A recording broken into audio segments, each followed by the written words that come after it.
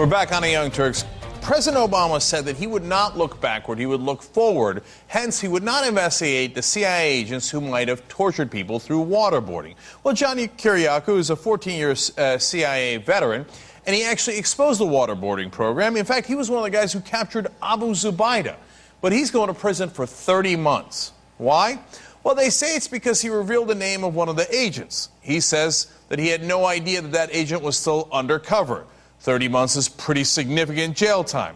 Could it be it's because Kiriakou actually revealed the torture program in the first place? Now remember, this is not President Bush that's trying to prosecute him and sending him to prison for 30 months. It's President Obama. Now, Al Jazeera has an interesting report on it.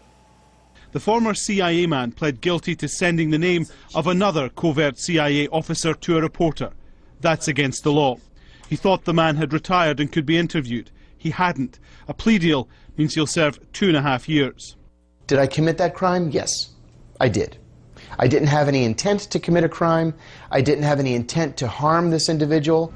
John Kiriakou is the first current or former CIA officer to be convicted of the offence.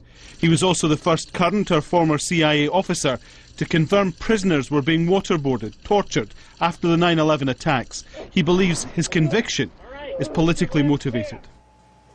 And I'm Michael Hermela and JR here. Guys, as I look at that case, I think, you know, why does he do it? Why does President Obama do everything the national security industrial complex asks him to do? I mean, maybe he wants to. Maybe he gets off on, you know, making sure that anyone who dares reveal anything that the government is doing that's bad, that he claims to be against, is punished and is put in jail, but the guys who do the torture get to walk away. Am I seeing it wrong? I'm a little conflicted on this story because the fact of the matter is he did commit a crime, and he must have known he was committing a crime as he was doing it. I mean, he's a former CIA operative. He's not stupid. He must know the rules. So I'm not saying that he should be put in jail for 2.5 years. This guy's obviously a father. It makes me sad to hear that.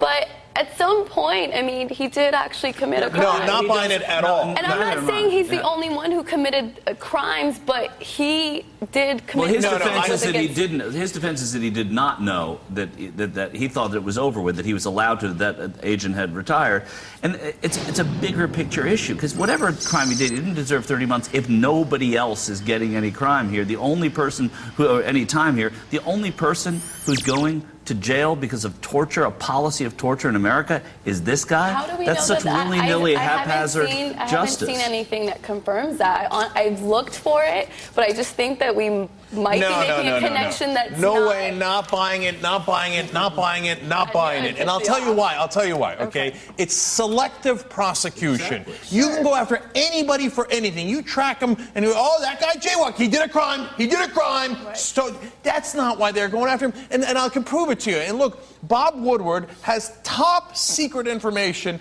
put in his books. Everybody acknowledges. Michael Isikoff did a great piece on it on NBC News.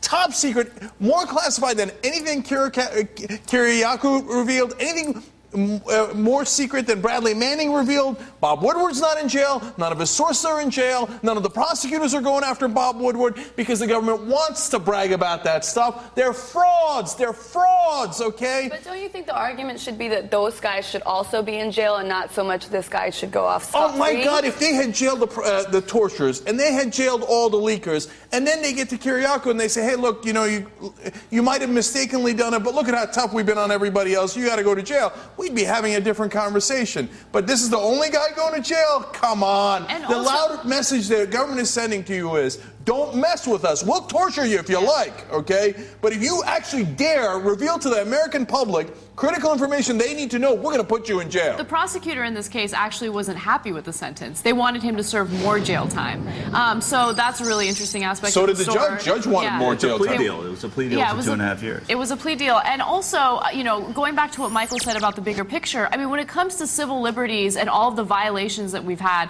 I mean, whether it's the drone strikes, the indefinite detention, I mean, the Obama administration has only just continued what the Bush administration did, and we should hold them accountable for that. Absolutely. I love the conversation, though, guys. All right, come right back for one last point.